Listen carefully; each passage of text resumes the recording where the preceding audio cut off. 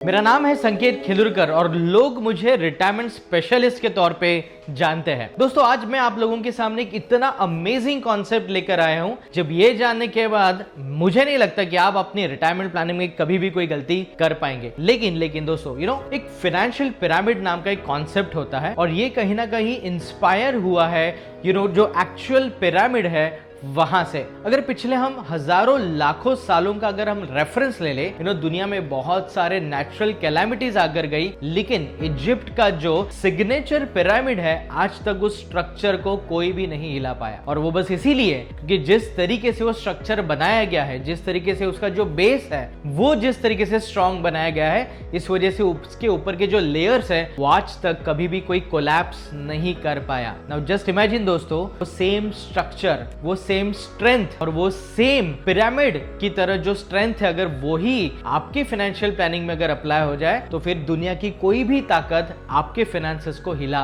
नहीं पाएगी। Alright, so what I am trying to say here is कि कुछ इसी तरीके से हम लोग ने दो पिरामिड्स आज यहां पर लिए हैं और ये पिरामिड एग्जैक्टली आपके रिटायरमेंट प्लानिंग का जो कॉन्सेप्ट है उसको हमेशा हमेशा के लिए 100% सेफ करने जा रहे हैं। हमारा जब हम लोग फाइनेंशियल पिरामिड बनाते हैं दोस्तों, तो उस पिरामिड का कहीं ना कहीं हम लोग आज अगर हम लोग इन्वेस्टमेंट्स की बातें करते हैं तो सबसे पहले हमको ये लगता है कि यार मैं कहीं ना कहीं पहले इन्वेस्टमेंट कर देता हूं, कहीं ना कहीं मैं कोई पैसा जो है लैंड में या म्यूचुअल फंड में या एफडी में पहले रख देता हूं। राइट, और हमें लगता है कि उससे ही मैंने अपने आप की जो फाइनेंशियल प्लानिंग है वो शुरुआत कर दी है। पर दोस्तों, अगर आप इस पिरामिड की तरफ देखेंगे तो पिरामिड का जो सबसे पहला स्ट्रक्चर है और वो स्ट्रक्चर है प्रोटेक्शन का। प्रोटेक्शन का मतलब दोस्तों, अगर आप देखेंगे कि आज मान लीजिए कि मैं एक 30-35 साल का लड़का हूं और मैंने आज अगर कमाना शुरू किया है और मैं ये सोचता हूं कि आज से अगर मैं एसआईपी करना शुरू कर दूंगा, दैट मींस मैंने अपनी फाइनेंशियल जर्नी शुरू कर दी है। बट ये एब्सोल्युटली गलत कॉन्सेप्ट है। आज अगर हम लोग जब भी अर्निंग स्टेज पर है, the first thing that we have to do is that we have to take care of the protection. Protection का मतलब आज अगर if I am the earning member of the family, तो कहीं ना कहीं मेरी हेल्थ, मेरी खुद की हेल्थ अगर ठीक रहेगी तो ही मैं नौकरी पे जा पाऊंगा, तो ही मैं बिजनेस कर पाऊंगा और उसी वजह से मैं अपने घर पे दाल रोटी ला पाऊंगा। और अगर मुझे कुछ हो गया और मुझे मेरे हॉस्पिटलाइजेशन की वजह से या मेरे न रहने पे अगर उस फैमिली को अगर कोई इंपैक्ट आ रहा है, तो जस्ट इमेजिन 10-20 हजार की एसआईपी करने का भी क्या फायदा। और इसीलिए अगर आप यहां पर देखेंगे, first thing that we have to do in our financial planning is protection के तहत हमको सबसे पहले हमारी पेंशन की तैयारी शुरू करनी है। हमको सबसे पहले कोई एक ऐसा इमरजेंसी कॉर्पस या आई वुड से कुछ पैसे एफडीज में पहले रखना शुरू करना है, ताकि कल उठ के अगर कोई भी कंटीजेंसी अगर हमारे लाइफ में आती है तो we should be able to withdraw that money as and when required. और साथ ही साथ में कोई हेल्थ इंश्योरेंस या टर्म इंश्योरेंस, क्योंकि अगर मैं बीमार पड़ गया और अगर मेरे खर्चे में ही अगर लाख, 1.5 लाख, 2 लाख रुपए चले गए, तो जो मैं कमा रहा था और उससे ज्यादा तो मेरा हॉस्पिटल में खर्च हो चुका है। या भगवान ना करे किसी अगर अर्निंग मेंबर को अगर कुछ हो जाता है और अगर वो गुजर जाते हैं, तो वो जो लाइफ टाइम में जो इनकम लाने वाले थे अगले 10, 15, 20, 25 सालों में, वो नहीं ला पाएंगे। और इसीलिए प्रोटेक्शन के तहत टर्म इंश्योरेंस का भी बहुत बड़ा महत्व है। तो दोस्तों, मैं यहाँ पे आपको बताना ये चाहता हूँ कि हमारे फाइनेंशियल प्लानिंग में जो नंबर 1 जो हमको स्टेप लेना है, वो ना कि म्यूचुअल फंड्स, ना कि स्टॉक्स, ना ही बॉन्ड्स और कुछ नहीं। The first thing is protection. अगर आपका फाइनेंशियल पिरामिड का बेस अगर पक्का रहा ना, तो फिर दुनिया की कोई भी ताकत इस कॉन्सेप्ट को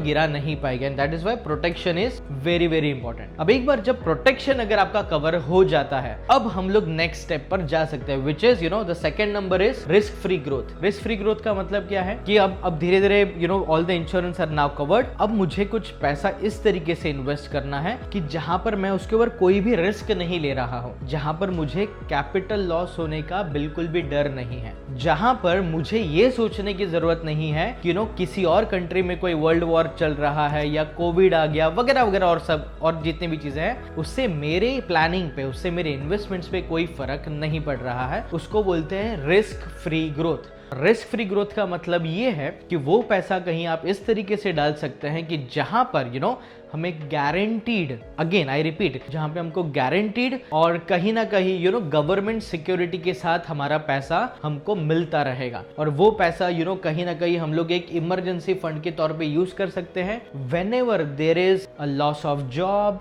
या अगर आपके घर पे कोई इमरजेंसी आ गई या कोई ऐसी सिचुएशन आ गई कि जहां पर कोई कहीं और से पैसा निकालना बड़ा मुश्किल हो रहा है, लेकिन एक क्विक कैश जहां से आप तुरंत इनकैश कर सके, that is where your number 2 will come into the picture, which is your risk free growth. Alright, और अब जब आपका रिस्क फ्री ग्रोथ वाला भी कॉन्सेप्ट अब कंप्लीट हो चुका है, तब आता है दोस्तों आपका number 3, which is moderate risk, या जिसको मॉडरेट एक्सपेंशन भी कहते हैं। इसका मतलब दोस्तों ये है कि देखो दोस्तों, आज हमने क्या किया, हमने सबसे पहले हमारी लाइफ सिक्योर कर ली टर्म इंश्योरेंस लेके, उसके बाद हमने हमारा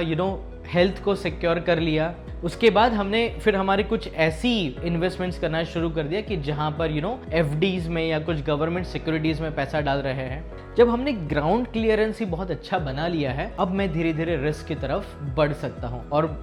रिटायरमेंट प्लानिंग में मॉडरेट रिस्क या मॉडरेट एक्सपेंशन का मतलब यह है, अब जाके आप म्यूचुअल फंड, एसआईपी या एसडब्ल्यू के बारे में सोच सकते हैं। आज दोस्तों मैं कई लोगों को देखता हूं कि जहां पर उनकी जो जर्नी है, वो जर्नी सबसे पहले वो लोग यहीं से शुरू करते हैं, which is absolutely wrong, because कल उठ के अगर आपके प्रोटेक्शन वाले पार्ट को अगर कुछ हो जाता है तो ये सारा का सारा चीज कोलैप्स हो जाएगा। तो always start with this one. और जब एक बार धीरे धीरे रिस्क लेते लेते जब हम लोग म्यूचुअल फंड्स में डाल रहे हैं, और उसकी तरह इन्फ्लेशन बीटिंग रिटर्न्स के अगर कोई इंस्ट्रूमेंट यूज कर रहे हैं, तो वहां से हम ग्रेजुअली रिस्क बढ़ाना शुरू कर पाएंगे। धीरे धीरे जब आपके पास 50 लाख, 70 लाख, 1 करोड़ के आसपास जब म्यूचुअल फंड होना शुरू हो जाएंगे, तब फिर उसके बाद आप धीरे धीरे हाई ग्रोथ की तरफ जा सकते हैं। और हाई ग्रोथ का मतलब ये होता है कि जहां पे आप डायरेक्टली स्टॉक्स में इन्वेस्ट कर रहे हैं, कोई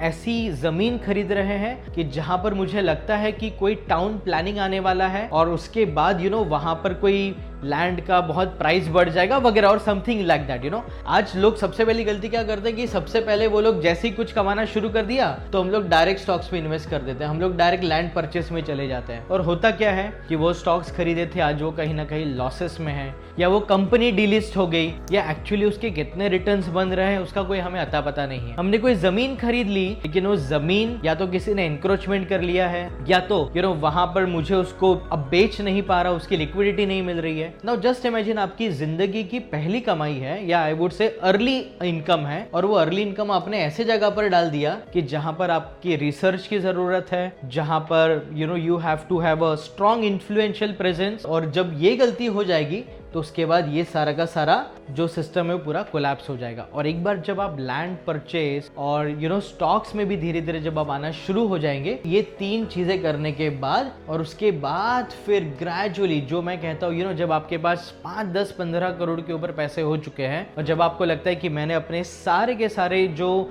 लाइबिलिटीज है, और आई वुड से मैंने जो रिस्पॉन्सिबिलिटीज है वो मैं निभा चुका हूँ, मेरी घर की जितनी जरूरतें हैं मैं वो पूरी कर चुका हूँ, लेकिन अब जो मेरी बची हुई जिंदगी है वो सिर्फ और सिर्फ हाई ग्रोथ, या आई वुड से कि जहां पे मैं खुद एक बहुत बड़ा इन्वेस्टर बन सकता हूं, वो बहुत लेटर स्टेज पे आता है। और तभी जाके दोस्तों मुझे स्पेकुलेशन वाले इन्वेस्टमेंट्स में जाना चाहिए। स्पेकुलेशन मतलब कहीं ना कहीं आप फिर क्रिप्टो में पैसा डालेंगे कि यहाँ पर इस स्टेज में अगर आपने कुछ पैसा गवा भी दिया तो भी आपके फाइनेंशियल प्लानिंग पे कोई फर्क नहीं पड़ेगा। अगर मान लीजिए कि आपने किसी ट्रेडिंग वाले किसी जगह पर आप घुस गए कि जहां पे आप इंट्राडे कर रहे हैं, या किसी फॉरेक्स में ट्रेड कर रहे हैं वगैरह वगैरह, just to make some unrealistic money, तब ये स्टेज वो ऐसा है कि जहां पे मैं अपनी पूरी सेफ्टी वाला स्ट्रक्चर मेंटेन कर चुका हूं, एंड जस्ट 10% और 5% ऑफ द मनी जहां पे अब मैं हाई रिस्क ले सकता हूं हाई ग्रोथ के लिए। ऑलराइट, कई बार फिर हम लोग स्टार्टअप्स में पैसा डालते हैं वगैरह वगैरह। सो मेरा कहने का मतलब ये है दोस्तों, this financial pyramid is very very important in each and everybody's life. चाहे आप